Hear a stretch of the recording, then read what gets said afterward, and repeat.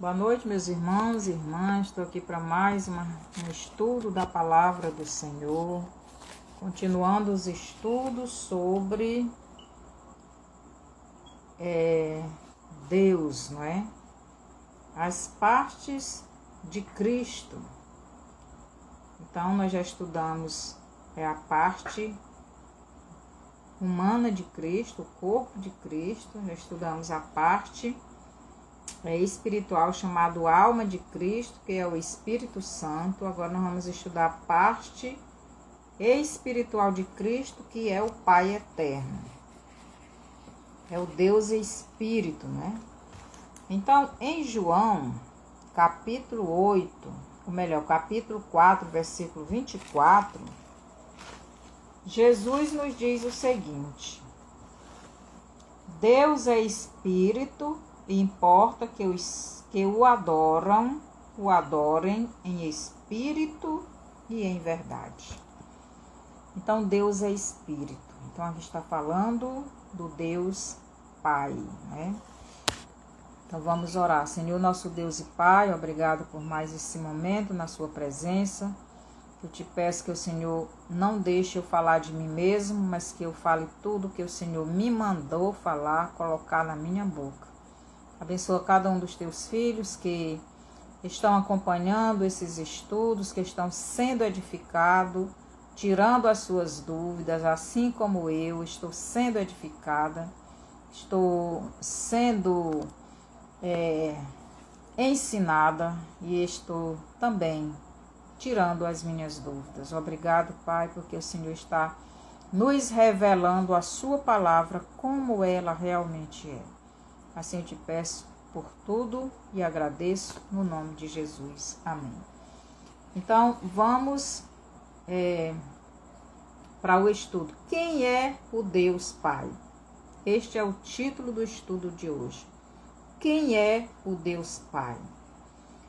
Já estudamos duas partes do ser humano Jesus, né? Hoje estudaremos a sua terceira parte. Então, assim como Cristo, assim também é nós, porque nós somos feitos à imagem e semelhança de Deus, né? Então, Deus Pai, Deus Filho e Deus Espírito Santo. Nós também somos espírito, alma e corpo, né? Então, em João 4:24, o próprio Cristo disse: Deus é Espírito, e importa que os que o adorem em espírito e em verdade. O que Cristo está revelando aqui para a mulher samaritana? Cristo está dizendo que os verdadeiros adoradores de Deus adoram a Ele nos seus espíritos, no mundo espiritual, como era antes do pecado, quando os olhos carnais do homem Adão eram fechados e somente os olhos espirituais de Adão eram abertos. E se relacionava com o Deus Espírito em seu espírito, alma e corpo. Então, em Gênesis 1:31, Deus fez tudo e era tudo bom. Por quê? Porque o homem não tinha pecado. Porque o homem se relacionava espiritualmente com o Pai, com o Espírito Santo e com o Filho, né?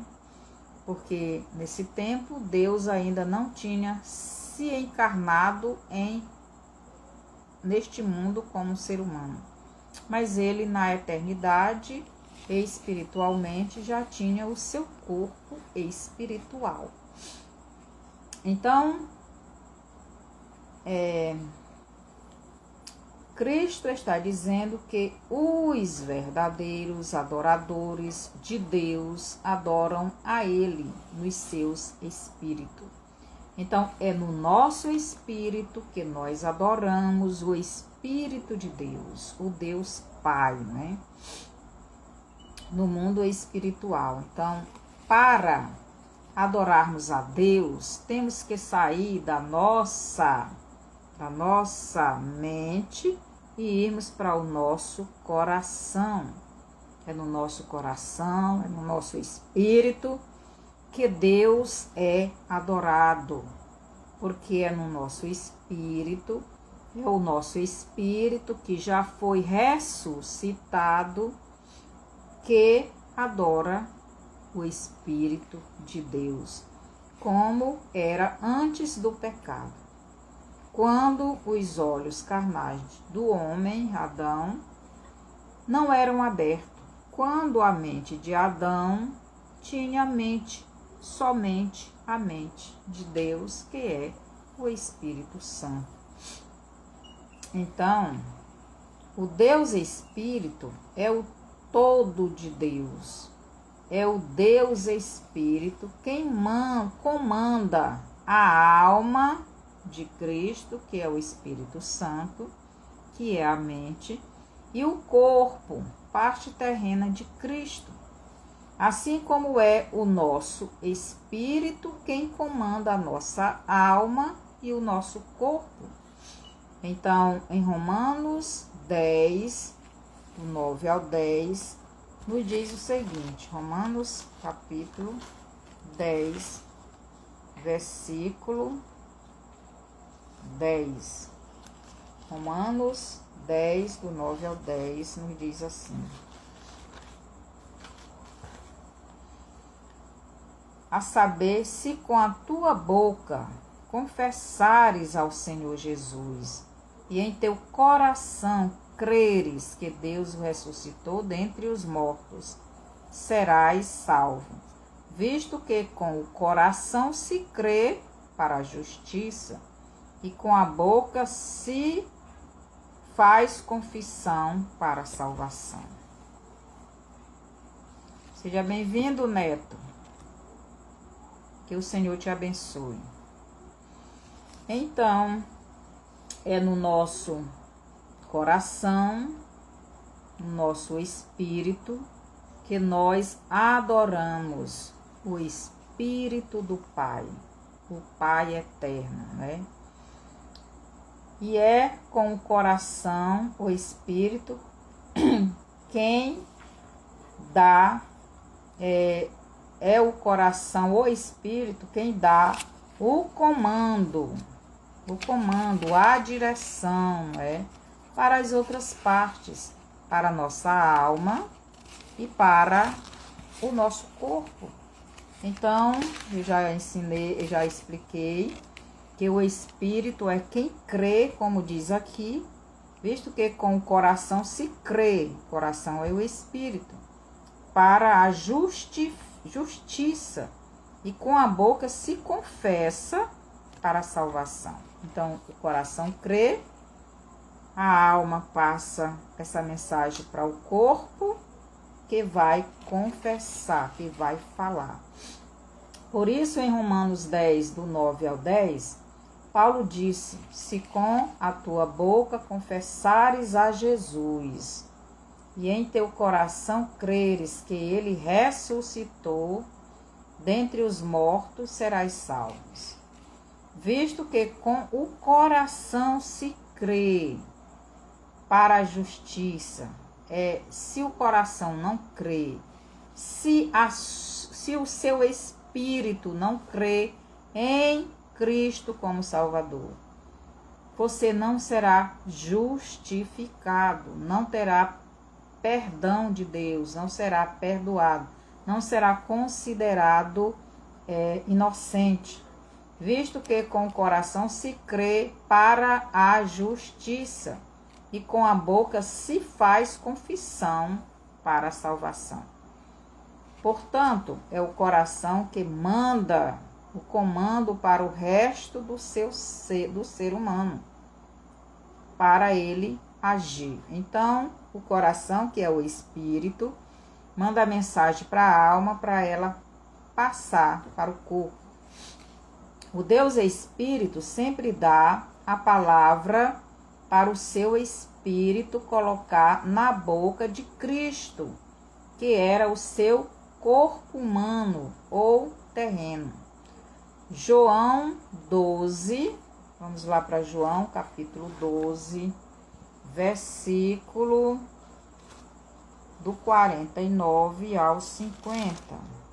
João 12, 49 ao 50 diz assim: porque eu não tenho falado de mim mesmo, mas o Pai que me enviou, ele me deu mandamento sobre o que hei de dizer e sobre o que hei de falar. E sei que o seu mandamento é verdadeiro, e sei que o seu mandamento é vida eterna. Assim que o que eu falo, falo como o Pai me tem dito.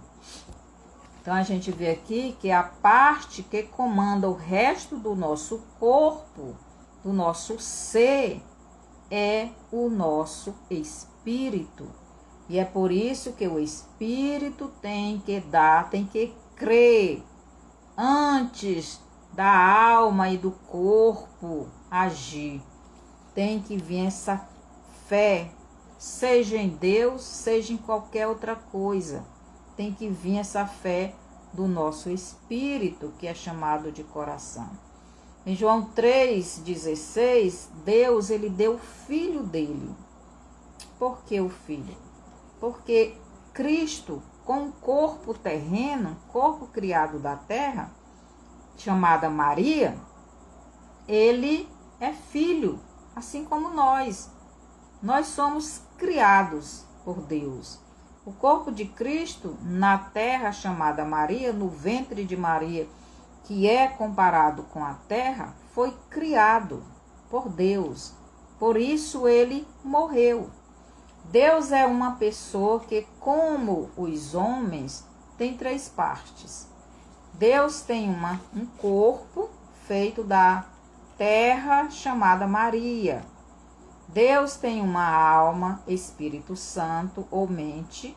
Deus tem um espírito chamado de Pai eterno. O coração, a alma e o espírito formam o ser humano chamado Cristo, Filho de Deus, em Lucas 1:35. Então, o ser humano, ele tem três partes. Ele tem o espírito, ele tem a alma e ele tem o corpo. Para ser um ser humano, tem que ter três partes. E Jesus era um ser humano, ele tinha três partes. Só que a parte espiritual de Cristo não é como a nossa, porque nós somos toda criatura de Deus. Nós somos pecadores. Cristo é Deus. Ele é Deus.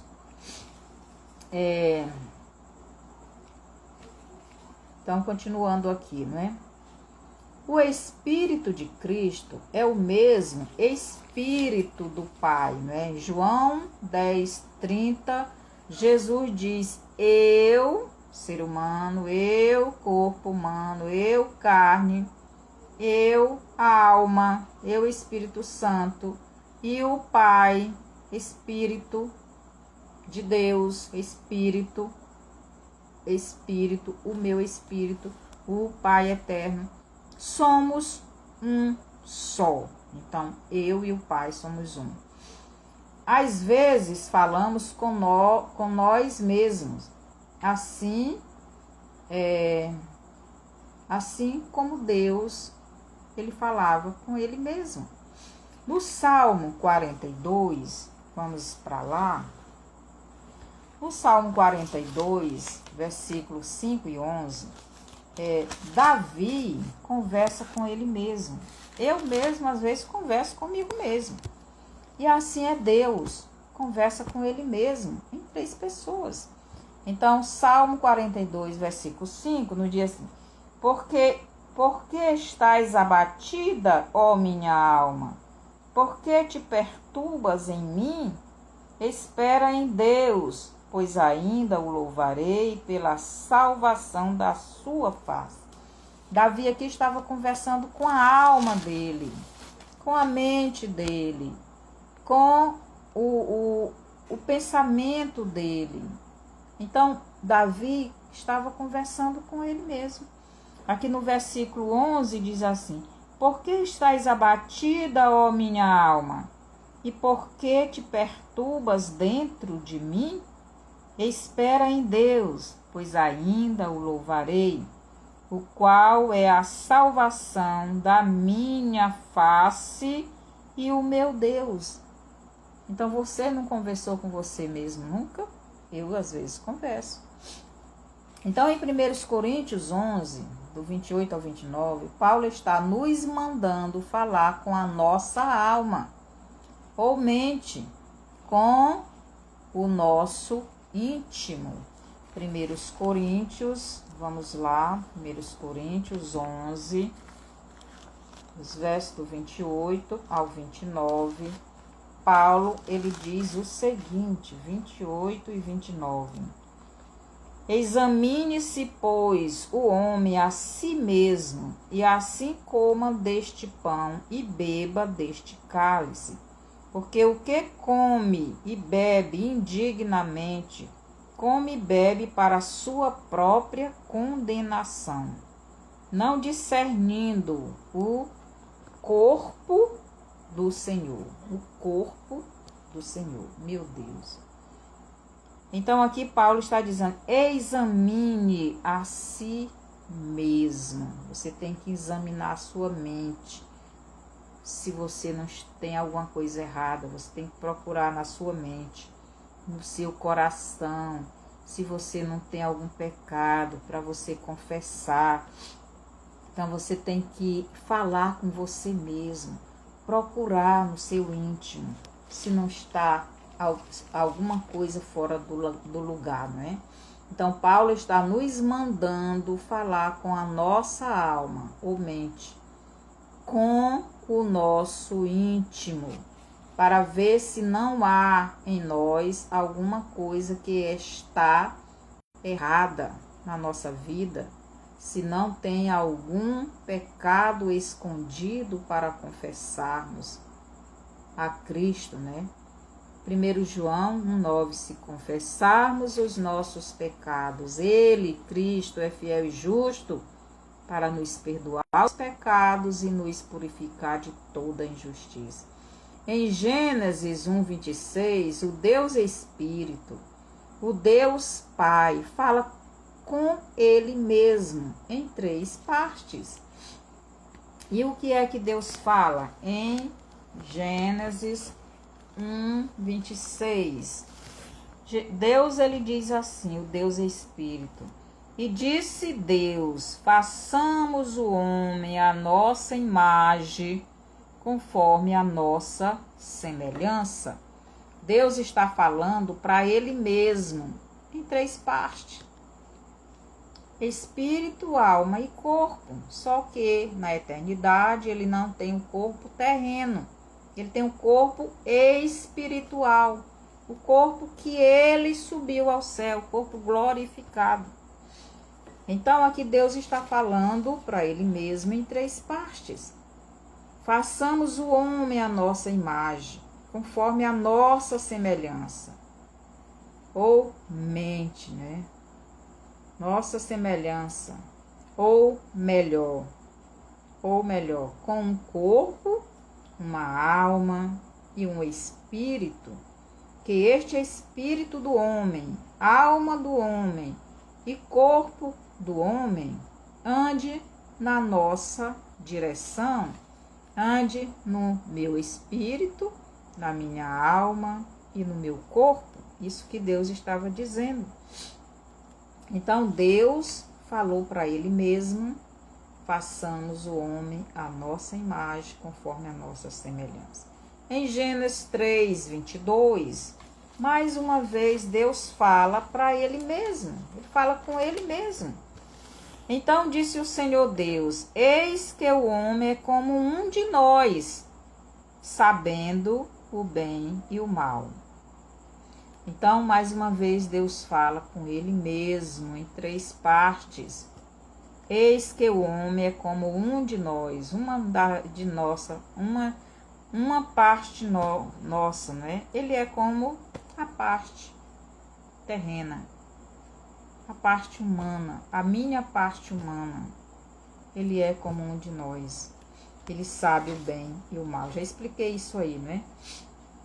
Então, o Deus Espírito fala para ele mesmo, para a sua alma e para a palavra que é o seu corpo. Então, a palavra de Deus é o corpo dele que se tornou um ser humano, que se tornou carne. João 1,14, o Deus Espírito tem a sua palavra encarnada e o Verbo se fez carne e habitou entre nós, cheio de graça e de bondade, né? Então, em João 1,14, o Deus Espírito tem a sua palavra encarnada em um corpo. Então, a palavra de Deus se tornou corpo, se tornou carne, se tornou a morada do Espírito de Deus. Em Mateus 28, 56 e Atos 1, 8, Cristo homem, o corpo do Espírito do Pai e sua alma, Espírito Santo, já está com o seu corpo glorificado. Então, aqui Mateus 28, versículo 56, Jesus já vai subir para o céu. Em Atos 1, 8, Cristo já está subindo para o céu. E ele está com o seu corpo não mais de carne e osso, não mais terreno, ele já morreu. O corpo dele já foi ressuscitado em um corpo espiritual, um corpo glorificado, o corpo que ele tinha diante do Pai, antes de vir à terra. Em 1 Coríntios 15, 50 a 54, Paulo nos revela que o nosso corpo também será como o corpo de Cristo. Será um corpo glorificado.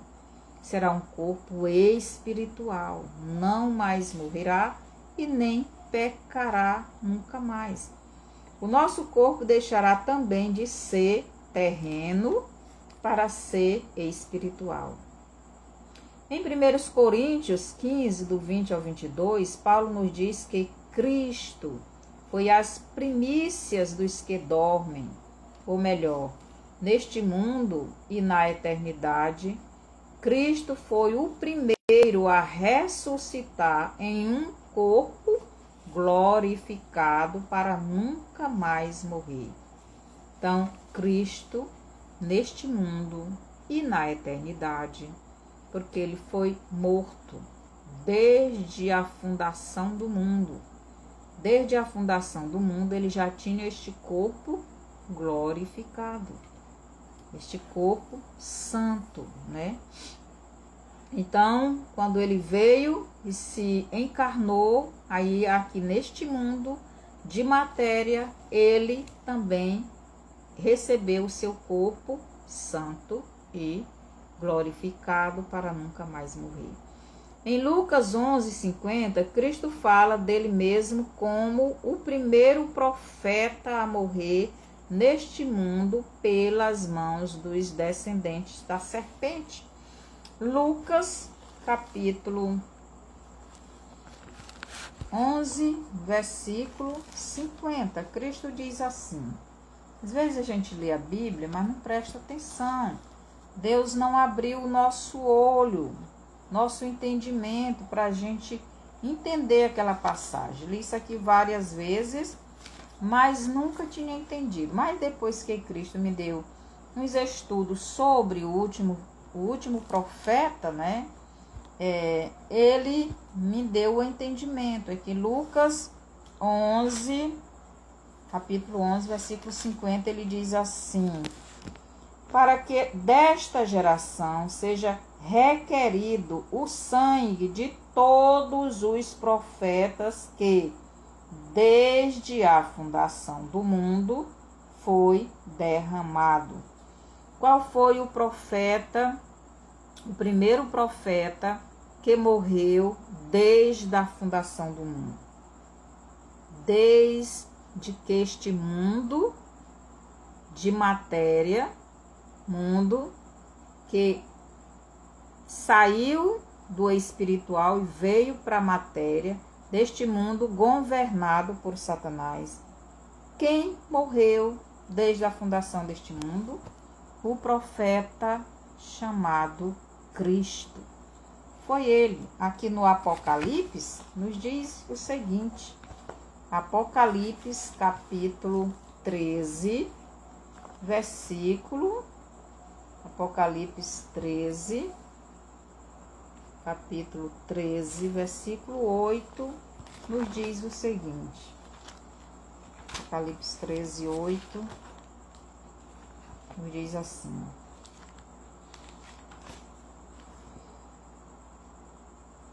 E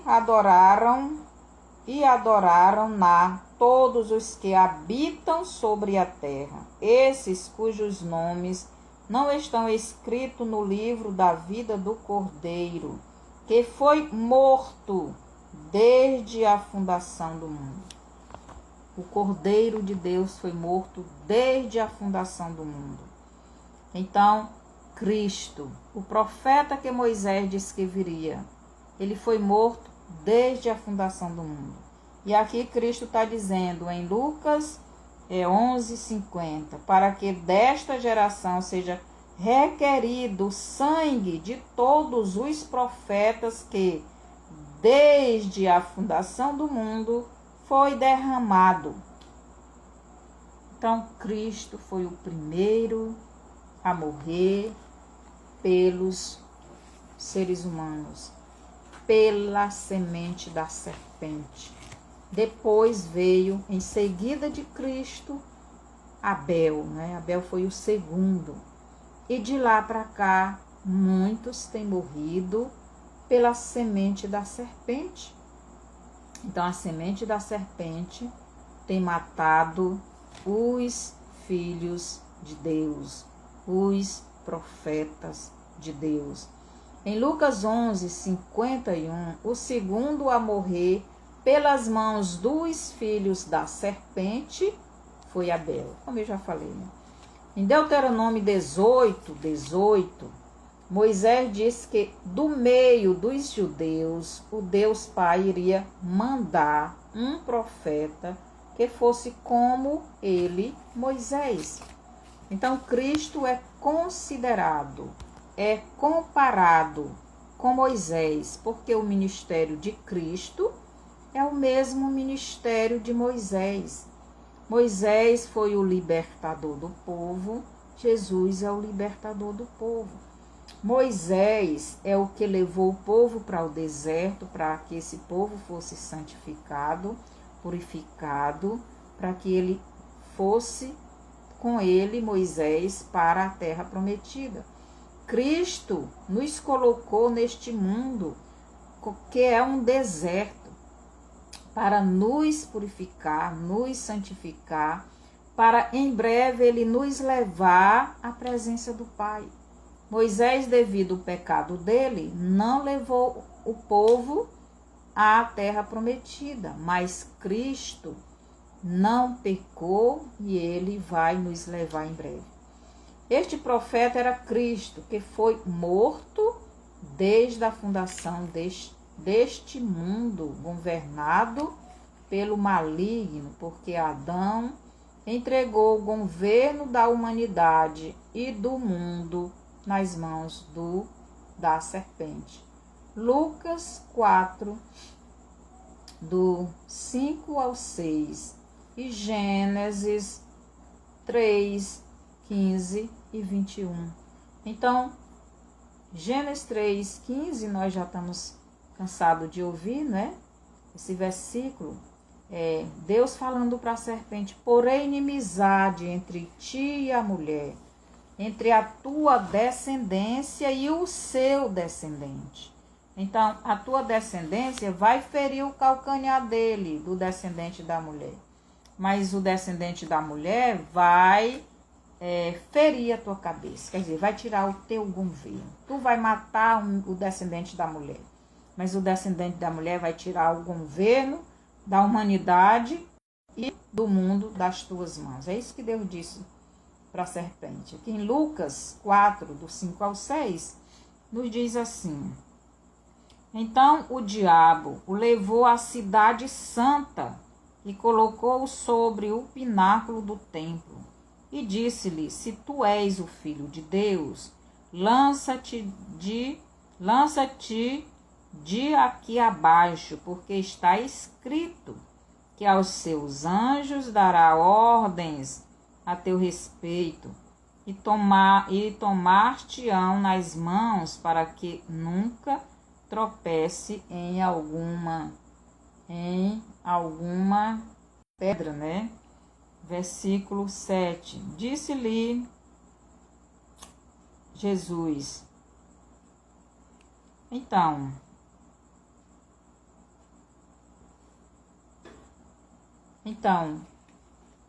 eu acho que eu peguei aqui o livro, porque tem o outro livro que fala que Jesus diz, o diabo diz assim: tudo isso te darei, se prostrado, aliás, tudo isso te darei, porque eu recebi. Ele mostra todas as riquezas do mundo e disse para Jesus: tudo isso te darei porque me foi dado.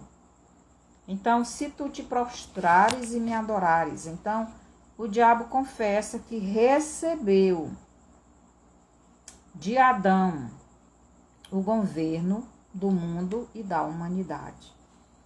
Então, em Gênesis 11, por isso em Gênesis 11, então vamos para Gênesis de novo, nós temos que andar muito na Bíblia. É bom conhecer a Bíblia, é bom estudar a Bíblia e conhecê-la. Em Gênesis 18, do 1 ao 3, nos diz assim: depois apareceu-lhe o Senhor nos carvalhais de Mare. Gênesis 11, estou aqui no 18, estou adiantado aqui.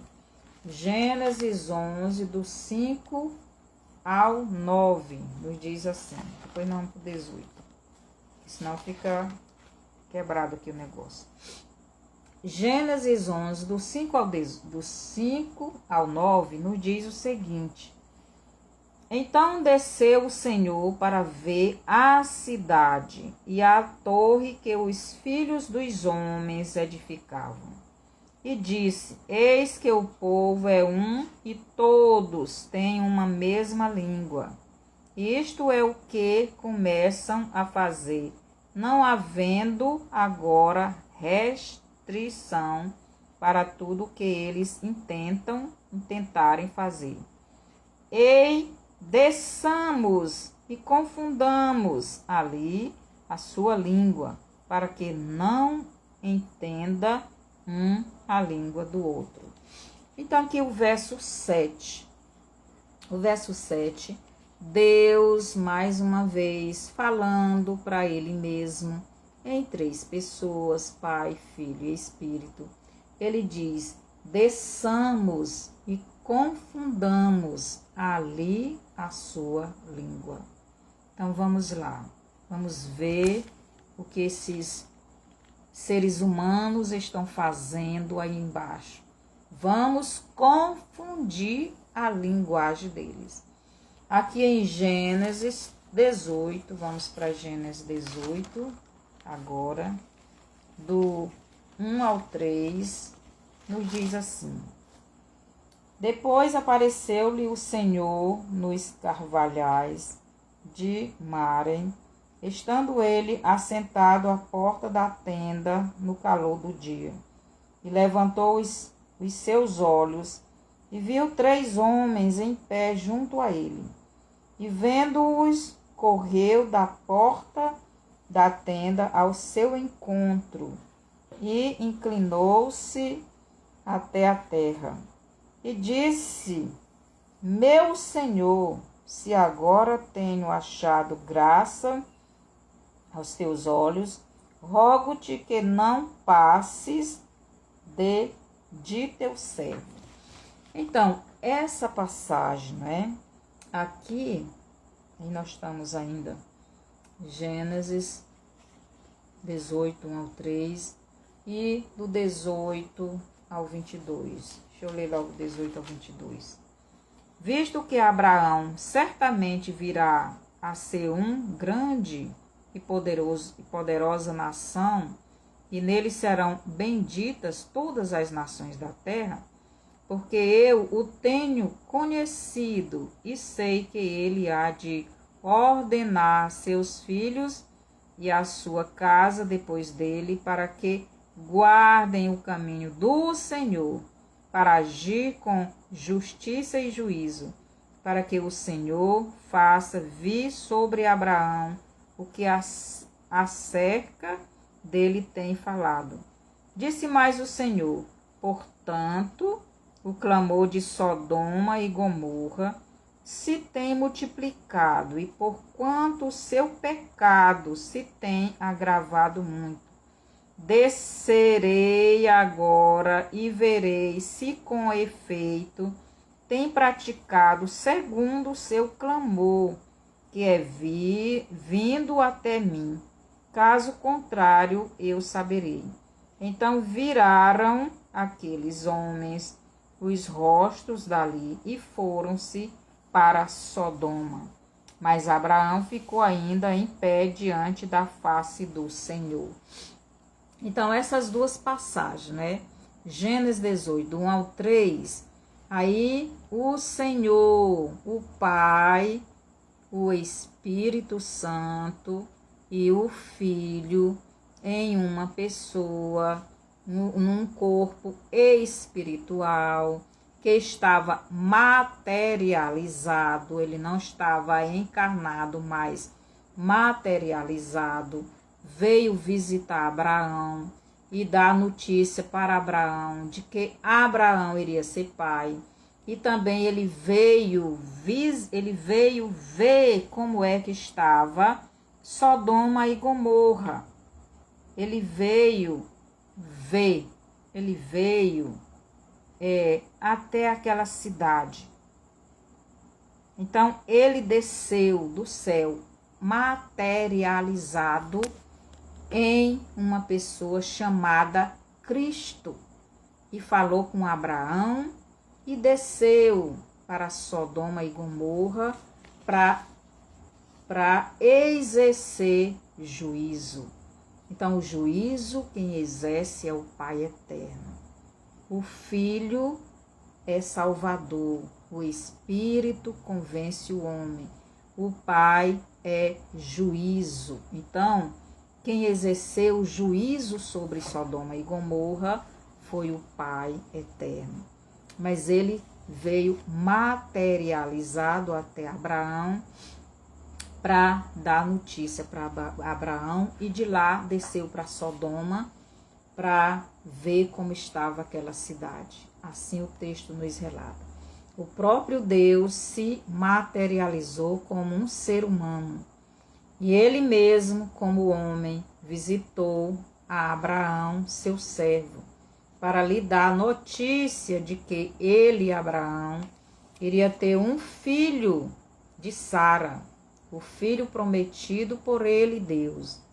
Mas também o próprio Deus desceu para ver como estava Sodoma e Gomorra, para executar sobre elas o seu juízo. Então Deus desceu para olhar aquela cidade, à medida do cálice da iniquidade daquelas cidades e arredores estava cheio. Então Deus exerceu juízo sobre elas.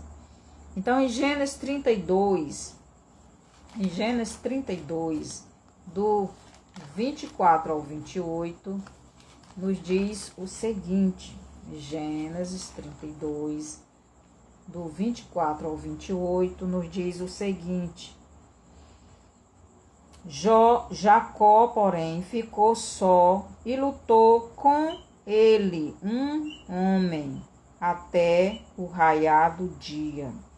E vendo este que ele não se entregava, tocou a junta de sua coxa e se deslocou a juntura da coxa de Jacó, lutando com ele, e disse: deixa-me ir, porque já a alva subiu.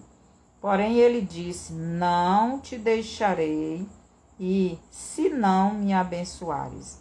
E disse-lhe: qual é o teu nome? E ele disse: Jacó. Então disse: não te chamarás mais Jacó, mas Israel, pois como príncipe lutaste com Deus e com os homens e prevaleceste. Então, mais uma vez, Deus materializado veio até Jacó e lutou com Jacó. Então, Jacó fisicamente lutou com Deus. Então, Cristo, mais uma vez, se materializa em forma humana e luta com Jacó. Se eu não estou enganada, foi o próprio Cristo quem disse que muitos, sem saber, hospedaram anjos. Estes anjos estavam materializados. Anjo não tem corpo carnal, não tem corpo humano. Eles se materializam para se apresentar a nós como seres humanos. E aqui Deus fez isso. Em Gênesis 32, 29, ele diz o seguinte: e Jacó lhe perguntou e disse: deixa-me saber o teu nome. E disse: por que perguntas pelo meu nome? E abençoou e ali. Então Jacó queria saber como era o nome daquele ser que estava lutando com ele. Mas o nome dele, ele já tinha, ele revelou, não é, para Moisés: eu sou o que sou. Cristo mudou o nome de Jacó para Israel. Israel, nome de Jacó, novo nome. Nação de Israel, casa de Israel. A casa de Israel é a parte da nação de Israel que se tornou espiritual, pois crê no Deus de Abraão, que se encarnou, não é? Que se esconde, o Deus de Abraão se escondia no corpo de seu filho, que é Cristo, a palavra encarnada. Então, o Deus de Abraão é o mesmo Cristo, palavra encarnada, que se tornou uma pessoa, que se tornou um ser humano, que se tornou carne, um corpo carnal, que é o Filho de Deus, porque tinha um corpo feito por Deus. Meu Deus, que revelação! Mas os judeus não creram, não receberam. Eles não receberam. Veio para o que era seu e os seus não o receberam. Mas a casa de Israel recebeu, que são as 10 tribos de Israel, que são os samaritanos. Então, os filhos de Deus, que é Cristo, a palavra encarnada. Hoje, nos nossos dias, somente a casa de Israel crê no Filho de Deus como o seu Messias, como o seu Deus. Então, em Romanos 8, 9 e 10, só tem o Espírito de Deus, o Espírito de Cristo, quem crê em Cristo, ser humano. João 14, do 16 ao 18, e 21 e 22, então você pode ler Cristo falando dele como Espírito Santo, como sua mente, não é? Eu vou, mas volto, né? Falando lá que Deus iria mandar o Espírito Santo no nome dele. Em Josué 5, do 13 ao 14, mais uma vez Cristo se materializa para se apresentar a Josué como o príncipe do exército de Israel. Em Daniel 3, do 27 ao 30, mais uma vez Cristo materializado vem até seus servos na fornalha ardente para os proteger e mostrar o seu poder e glória aos homens, principalmente o rei Nabucodonosor, que se achava muito poderoso. Em Êxodo 33, 21 ao 23, neste texto há grande revelação. Deus iria colocar Moisés em uma fenda, não é? Ou rachadura da rocha, e o próprio Deus iria cobrir Moisés com a sua mão, até que ele, Deus, passasse e houvesse, e havendo Deus passado, ele tiraria a mão dele de sobre Moisés, para Moisés o ver pelas costas, porque no Velho Testamento não era o Deus Filho quem estava ali guiando Moisés pelo deserto, mas sim o Deus Pai e o Deus Espírito. Nesta passagem, Deus coloca Moisés em uma fenda ou brecha da rocha. A rocha é uma comparação a Cristo, como morada de Deus e onde estamos. Então, Cristo, no Velho Testamento, é comparado com a rocha. No Salmo 91, do 1 ao 2, é dito lá: aquele que habita no esconderijo do Altíssimo. Aquele que habita no esconderijo do Altíssimo. Então, aquela pessoa que está habitando, que está morando em Cristo. Cristo é o esconderijo do Altíssimo. Cristo é a morada de Deus entre os homens. E ali no Salmo 91, 1 e 2, aquele que habita, aquele que mora no esconderijo do Altíssimo. O esconderijo do Altíssimo era o corpo de Cristo, porque o Altíssimo aí é o Espírito de Cristo, é o Pai eterno. Em 2 Coríntios 5,17, nos diz assim, 2 Coríntios 5,17, Paulo nos diz o seguinte, 2 Coríntios 5,17, diz assim: assim que, se alguém está em Cristo, nova criatura é, as coisas velhas já passaram, eis que tudo se fez novo. Então, 5:17. Então, aquele que está em Cristo, Moisés estava na rocha, e a rocha era representada, era comparada com Cristo. Deus também colocou a sua mão sobre Moisés para a proteção de Moisés, pois Moisés não poderia ver Deus como ele é e ficar vivo. Êxodo 33:20, Deus diz que homem nenhum pode ver ele como espírito e viver. Então, por isso Deus não deixou Moisés ver a face dele, e só as costas. Foi por isso que Deus, para estar com os homens, sem que eles morressem, ele teria que estar escondido, ou no Santo dos Santos, chamado Palavra Encarnada, que era o corpo de Cristo, que também era chamado de morada do Altíssimo Deus.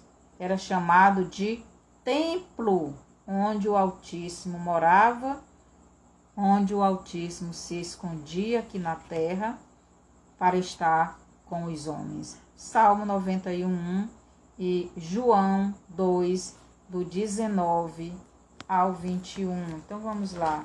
João 2, vou ler só o versículo 21, que diz assim. Então, João 2, 21. Porém, ele falava do templo do seu corpo. Então, Jesus diz, no versículo 19, derribai este templo, e em 3 dias o levantarei. Disseram, pois, os judeus, em 46 anos foi edificado este templo, e tu o levantarás em 3 dias.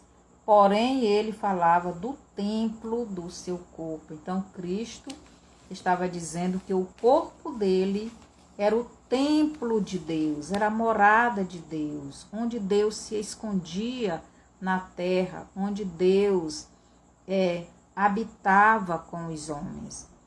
Foi por isso que Deus, para estar com os homens, sem que eles morressem, ele teria que estar escondido, ou no Santo dos Santos, chamado Palavra Encarnada, que era o corpo de Cristo, que também era chamado de morada do Altíssimo. Deus era chamado de templo, onde o Altíssimo morava com os homens. Salmo 91 e João 2, do 19 ao 21. Em Atos 7, do 48 ao 49, Atos capítulo 7,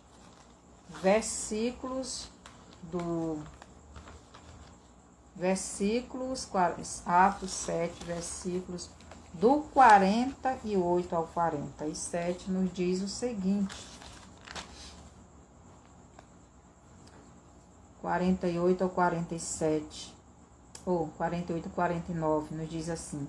Mas o Altíssimo não habita em templos feitos por mãos de homens, como diz o profeta. O céu é o seu trono, e a terra o estrado dos seus pés. Que essa casa me edificareis, que casa me edificareis, diz o Senhor, ou qual é o lugar do meu repouso? Então Deus não habita em casa feita por mão de homens. Por isso ele mesmo é quem constrói, é quem faz a sua casa. Em Gênesis 2:7, Deus fez o corpo de Adão. Deus fez o corpo do ser humano, onde Deus habita. Em Lucas 1:35, Deus fez o corpo de Cristo, onde Deus morava com os homens. Então, no deserto, não era o Deus Filho que se apresentava diretamente a Moisés, mas o Deus Pai e o Deus Espírito Santo. O Deus Espírito Santo é a mente do Pai, mas também a mente do Filho. No deserto, o Pai e o Espírito Santo estavam juntos, porque o Espírito Santo é a mente do Pai. E o Espírito Santo, no Novo Testamento, estava com o Filho, porque o Espírito Santo é a mente do Filho. É a mente de Cristo, é a mente do homem Jesus. Romanos 8, 9 e 10. Era a parte espiritual de Cristo que guiava Moisés e a nação de Israel. Então, a parte espiritual de Cristo era o Espírito, chamado Pai Eterno, e o Espírito Santo, chamado de mente. No deserto, Deus Filho era representado pela água limpa saída da rocha. Era representado pela rocha. Era representado pela nuvem, pela coluna de fogo e etc. Já no Novo Testamento, esta água que no deserto saía da rocha e saciava a sede física e espiritual do povo de Israel, agora se encarnou e se tornou uma pessoa humana para pessoalmente ensinar o seu povo. Então, a água, que representa a palavra de Deus, no deserto, agora se tornou um corpo humano, o corpo onde Deus morava.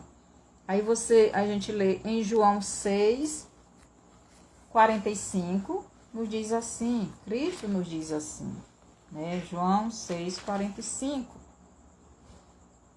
Está escrito nos profetas, e serão todos ensinados por Deus, assim que todo aquele que do Pai ouvir e aprendeu, vem a mim. Então, quem estava ali era Cristo. Só que o Pai estava dentro de Cristo, porque era o Espírito de Cristo. O Espírito Santo era a alma de Cristo, a mente de Cristo. No Velho Testamento, Moisés apenas ouvia a voz do Pai e do seu Espírito, ou mente. Romanos 8, 9 e 10. Já no Novo Testamento, esta palavra se encarnou, tornou uma pessoa com um corpo, com uma alma e com um espírito. Este ser, por ter uma parte terrena, pois veio de Maria, que era comparado à terra, ele é chamado de Filho de Deus. Então, por isso, Jesus, como ser humano, como corpo humano, com o corpo humano, é chamado de Filho de Deus, porque o corpo de Cristo foi a parte que Deus criou no ventre de Maria para que ele morasse dentro dele. Portanto, o Deus Espírito, que Deus fala em João 4:24, é o Pai Eterno. O Pai Eterno é a parte espiritual de Cristo chamado de Espírito. E é a parte com quem o nosso espírito se comunica. João 4, 23 e 24. João capítulo 4, versículo 23 e 24. Jesus nos diz assim: porém, a hora vem, e agora é, em que os verdadeiros adoradores adorarão o Pai em espírito e em verdade, porque o Pai procura tais que assim o adorem.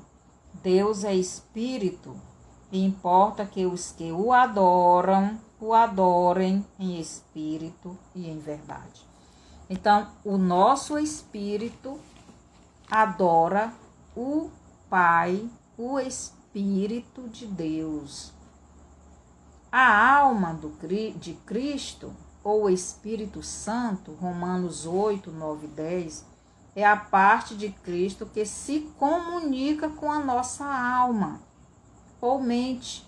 Gálatas 5, 16. Então, o Espírito Santo, ele está trabalhando na nossa mente.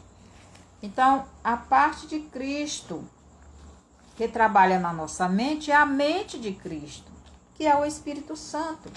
Aqui em Gálatas 5, 16 e 17, nos diz assim: digo, porém, andai em espírito, e não cumprireis a concupiscência da carne.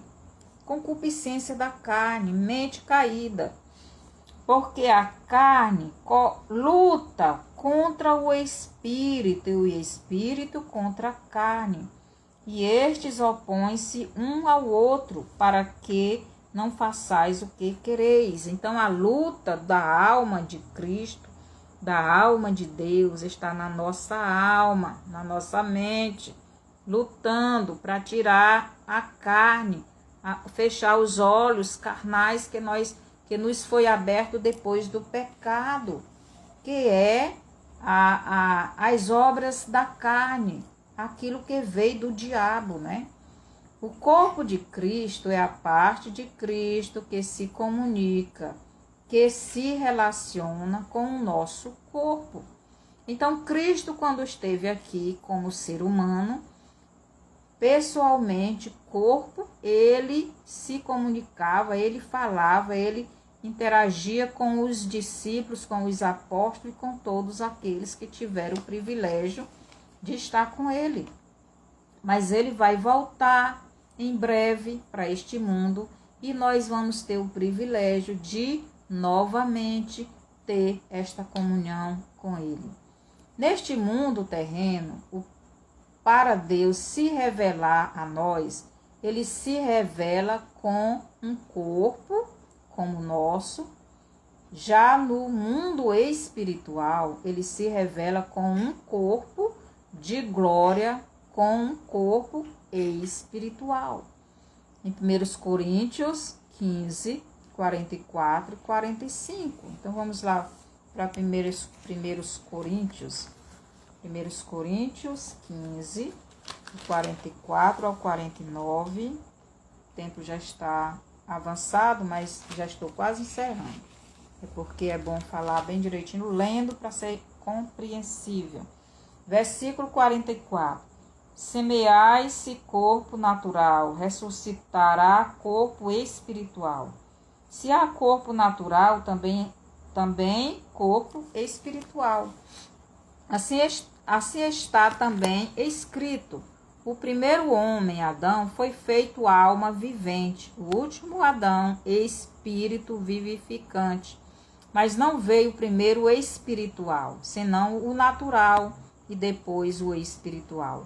O primeiro homem da terra é terreno, o segundo homem, o Senhor, é do céu. O Senhor é do céu. Qual o terreno, tais são também os terrenos. E qual o celestial, tais também os celestiais.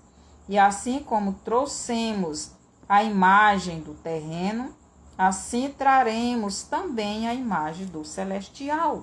Então, Adão era homem feito do pó da terra. Nós também somos homens, pessoas, seres humanos feitos do pó da terra. Cristo era homem espiritual. O corpo dele se tornou, depois da morte, espiritual. Nós também vamos nos tornar corpos espirituais. No Apocalipse 19, 11, Cristo vem em seu corpo ressuscitado, corpo de glória, corpo que nunca mais sofrerá a morte. E ele voltará a este mundo com a sua igreja e cada um em seu corpo de glória, corpo espiritual, corpo que já foi ressuscitado, corpo que nunca mais vai morrer. Em 1 Coríntios 15, do 52 ao 54, e João 14, do 1 ao 3, Jesus, aí 1 Coríntios 15, do 52 ao 54, fala da transformação, da ressurreição, da glorificação do corpo do salvo. Em João 14, do 1 ao 3, fala da vinda de Cristo, da volta de Cristo para o seu povo. Cristo virá a segunda vez para os judeus para assumir o governo do mundo e destronar Satanás e trazer justiça e descanso às pessoas e à terra. No Apocalipse 20, capítulo 20, versículo 11, Cristo se apresenta não mais como o Deus Filho, o Deus Homem, o Deus Salvador, mas ele se apresenta como Deus Espírito, como o Deus Todo-Poderoso, como o juiz, não mais advogado. Então, quando Jesus vier para julgar a humanidade, no Apocalipse 20, 11, ele não vai vir mais como advogado, ele não vai vir mais como salvador, ele não vai vir mais como um homem, ele vai vir como o juiz. Em 1 João 2, 1, Apocalipse 12, 10, nos fala de Cristo como nosso advogado de defesa. Também nos mostra Satanás como o nosso acusador. E no Apocalipse, seja bem-vindo, Peterson. Que o Senhor te abençoe. Que o Senhor te abençoe. Então, no Apocalipse 20, 11, o Deus Pai, o Deus Espírito, vem como juiz.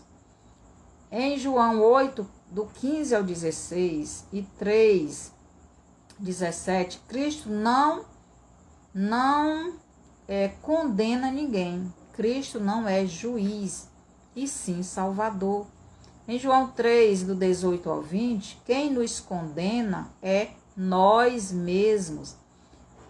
Se rejeitarmos o único meio que Deus deu à humanidade para sair da condenação dada por Deus no Éden a Adão e toda a humanidade. Então, no Éden, todos foram condenados.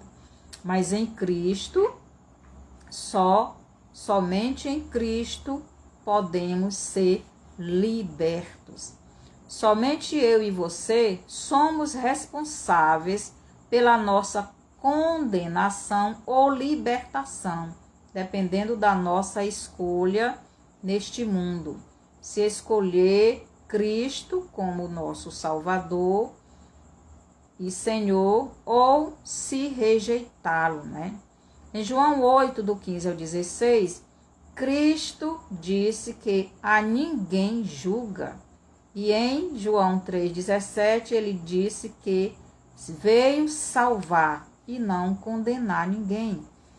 Em Adão, todos morreram e foram condenados a viverem neste mundo, debaixo do jugo do diabo. Em Cristo, o homem, que em João 3,19 e Gênesis 2,17, Gênesis 3,6, foi condenado ao inferno, ao lago de fogo, em Cristo ele tem a libertação desta condenação. Ele sai do jugo opressor do diabo e vem para o jugo de Cristo, que é suave e leve. Mateus 11, do 29 ao 30. Quem é juiz é o Deus Espírito, o Deus Pai, não o Deus Filho, nem o Deus Espírito. Então, o Deus Filho, ele não julga ninguém, ele não condena ninguém. O Deus Espírito também não. O Deus Pai, ele dá a sentença para aqueles que rejeitaram a salvação que ele mandou, para que aqueles que já são condenados saíssem dessa condenação. Então, Deus deu Jesus como a libertação, como aquele que veio para nos dar a oportunidade de sair do juízo que já vivíamos. Mas se a pessoa rejeitar, então é a própria pessoa que está querendo continuar na condenação. O Deus Pai é o Espírito de Cristo. O Deus Espírito Santo é a mente, é o caráter, é a personalidade, é a alma de Deus, Espírito e do Deus Filho. Romanos 8, 9 e 10.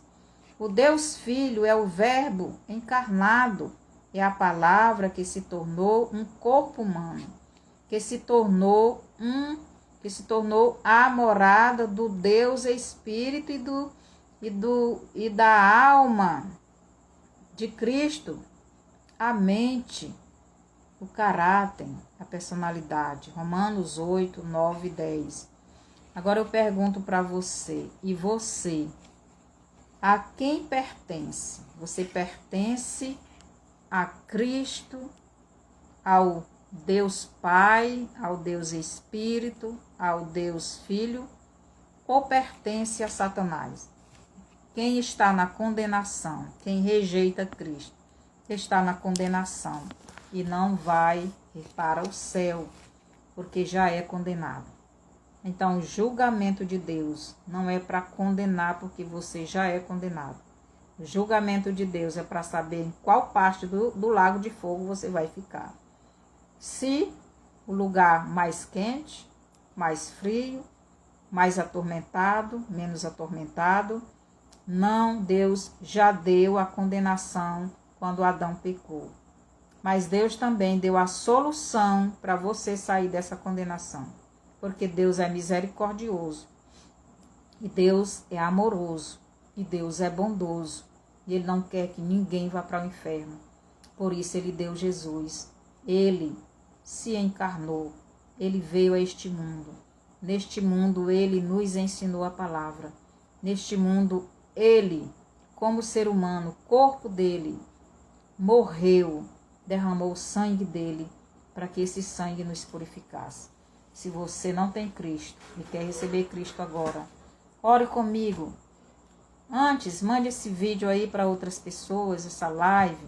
Dê o seu bonzinho, dê o seu like e faça o seu comentário. Se você não entendeu, o que você entendeu, alguma pergunta. E assim você está mandando este vídeo para outras pessoas e também fazendo essa live ir mais longe. Então, se você quer receber Jesus e você que já tem Cristo, permaneça firme, não desista. É isso que o diabo quer, que você saia da presença de Deus e volte para a mão dele, porque é condenação eterna. Então, vamos orar. Senhor, nosso Deus e Pai, eu ouvi esta mensagem, a tua palavra, entendi e eu aceito Jesus como meu Salvador. Eu quero Ele na minha vida, no meu coração, no meu espírito, governando o meu espírito, a minha alma e o meu corpo, para que eu não faça o que eu quero, mas que eu faça o que o Senhor quer. Me perdoe, me ajude a perdoar. E assim, Senhor, que o Senhor mande, domine, governe a minha vida. E assim que o Senhor me ajude a fazer sempre aquilo que o Senhor quer. No nome de Jesus, amém. Se você fez esta oração crendo verdadeiramente em Jesus, você é salvo. Procure uma igreja onde a palavra de Deus é pregada verdadeiramente. E você vai crescer no conhecimento de Deus. E até o próximo estudo. Até terça-feira.